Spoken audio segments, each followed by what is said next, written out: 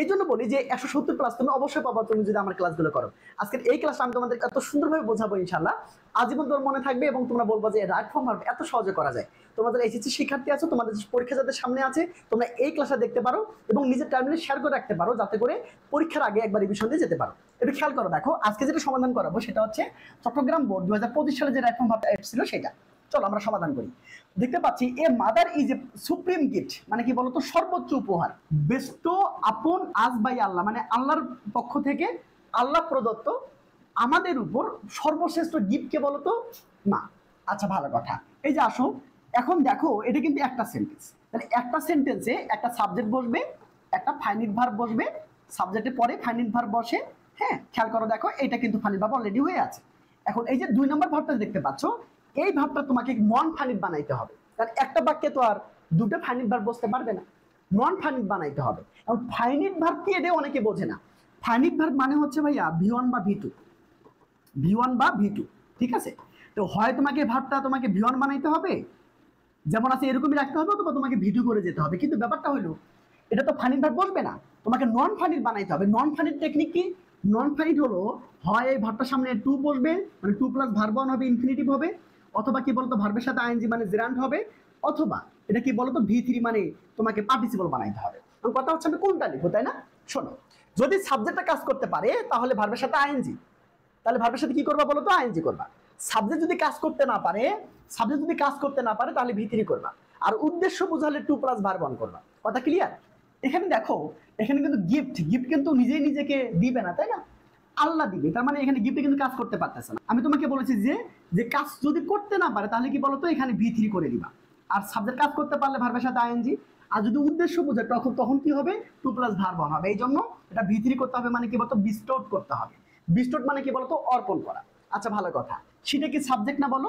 সেটা সাবজেক্ট না, যেহেতু এটা প্রেজেন্টেন্সের ঘটনা, সাবজেক্ট যেহেতু থার্ড পারসন সিঙ্গুলার, এই জন্য ভার্বের সাথে এস বাই এস করে দিবা। তাহলে আমরা কি করবো বলো তো? এক্সারসাইজেস করবো, শেষ। আচ্ছা ইনটা কি প্রিপজিশন না বলো? এটা প্রিপজিশন করে মনে রাখবা যে ভার্বের সাথে আইএনজি করতে হয়। এই জন্য এখানে কি বলতো এটা এম হবে, মানে মোল্ড হবে। এরপর ভার্বের সাথে কি করতে হবে বলতে হবে? আইএনজি করতে হবে, moulding the character of a child and also ইনটা কি প্রিপজিশন না ভাইয়া? প্রিপজিশন পরে ভার্বের সাথে কি করতে হবে? প্রিপজিশনের পরে ভার্বের সাথে আইএনজি করতে হবে। এই জন্য শেপিং হবে তোমাদের আনসার, এবার পরটা খেয়াল করো, দেখো এ মাদার, দেখো একটু পরে খেয়াল করো, রিগার্ড অ্যাজ। তো কোন একটা ভার্বের পরে যদি অ্যাজ থাকে মনে রাখবা এই সেন্টেন্সটা একটা প্যাসিভ সেন্টেন্স। আমার কথা বুঝছো? একটা প্যাসিভ সেন্টেন্স তোমাকে বানাইতে হবে। আচ্ছা প্যাসিভ হতে গেলে তা কি করা লাগবে বলো তো? তোমাকে এম ইজ আর লিখে V3 করতে হবে, ঠিক আছে? কেন? এটা প্রেজেন্টেন্সের ঘটনা, এই জন্য। তাহলে এই মাদার কি বলতো সিঙ্গুলার না? সিঙ্গুলার সাবজেক্টের সাথে তোমার কি বসবে বলো তো? এম বসবে, ইজ বসবে নাকি আর বসবে? অবশ্যই ইজ বসবে। তাহলে আমি ইজ বসাইলাম এবং এই যে ভাবটা দেখতে পাচ্ছ এর V3 বানাই দিবা। রিগার্ডের V3 কি বলতো? রিগার্ডেড, একদমই সিম্পল। দেখো ইজ রিগার্ডেড হবে তোমাদের আনসার। কত সহজ না? পড়টা খেয়াল করো। এন্ড এডুকেটেড মাদার, এটা কি বলতো? সিঙ্গুলার না, থার্ড পারসন সিঙ্গুলার, এই জন্য ভার্বের সাথে এস করে দিবা। অনেকে চাইলে ক্যান বসাইতে পারো, ক্যান ম্যানেজ মানে ম্যানেজ করতে পারে, তো আমি চাইলে ইটস ওকে এস করে দিব, শেষ। পরটা খেয়াল করে দেখো, এই যে হু হ্যাজ, ভাইয়া হ্যাজের পরে কি বলতো? V3 হয় না বলো? তাহলে হ্যাবের V3 কি জানো? হ্যাবের V3 হচ্ছে হ্যাড, এটা মনে রাখবা। হ্যাবের V3 কি? হ্যাড। তাহলে অ্যান্সার হবে কি বলতো? এই যে এখানে অ্যান্সার হবে হ্যাড, এটাই V3। ব্যাস, ওকে, হয়ে গেল, একদম সিম্পল।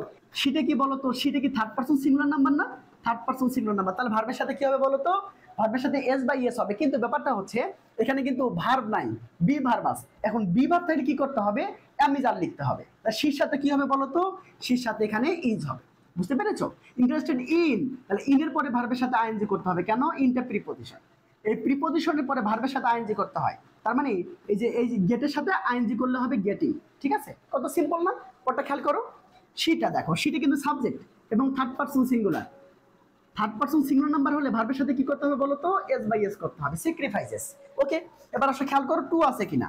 টুর পরে কি বলতো? বেস ফর্ম হয়, হ্যাঁ, মানে V1 হবে। তাহলে ইনশিওর হবে তোমাদের আনসার, যেটা থাকবে ওটাই বসাবা, তাহলে অ্যান্সারটা হয়ে যায়। পরটা খেয়াল করে দেখো, এই যে আসো, ইটটা কি বলতো? সিঙ্গুলার না? যদি ইটটা সিঙ্গুলার হয় একটু খেয়াল করো, তার মানে আমাকে কি করতে হবে?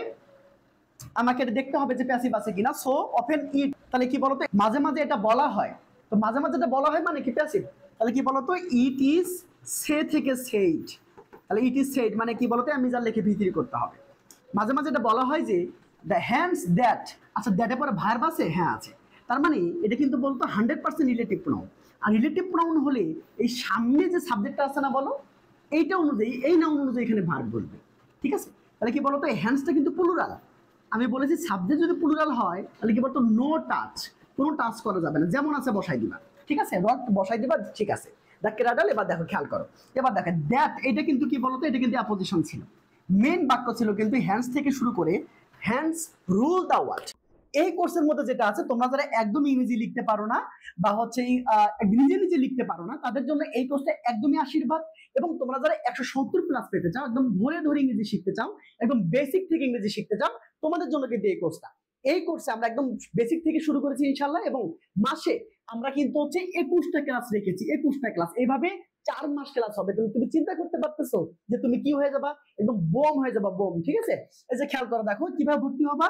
এই যে এই নাম্বারে যোগাযোগ করবা, 01734363505, এই নাম্বারে যোগাযোগ করে তুমি কিন্তু মাত্র 999 টাকায় ইংরেজি ফার্স্ট পেপার, ইংরেজি সেকেন্ড পেপার, একদম রিটেন, একদম ফ্রি হ্যান্ড রাইটিং সহ তুমি কিন্তু পাচ্ছ।